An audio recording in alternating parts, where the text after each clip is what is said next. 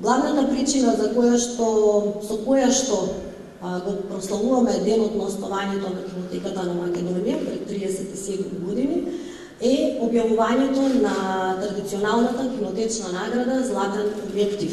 Како и секогаш досега, сметам дека и овој пат правниот одбор на Кинотеката донесе една правилна одлука и мене на вистина ми представува посебна чест и задоволство што оваа година, наградата Златен објектив ја добива Кирил Ценевски, еден од најреномираните и филмски режисери во македонската кинематографија.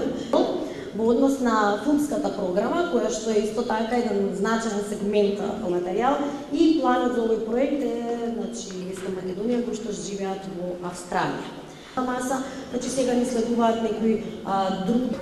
Кинотеката на Македонија го реализира проектот на дигитална реставрација на целокупниот опус на филмското творештво на браќата Манаки, еден многу значаен филмски опус. За нас, тоа е една збирка од исклучително значење, прогласена согласно Законот за заштита на културното наследство.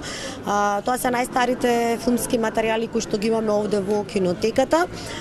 Постојат многу значајни кадри, како што, например, тука би споменала, тука е снимен Султанот Мехмед V при посета на Битола и Солун, потоа Младотурската револуција.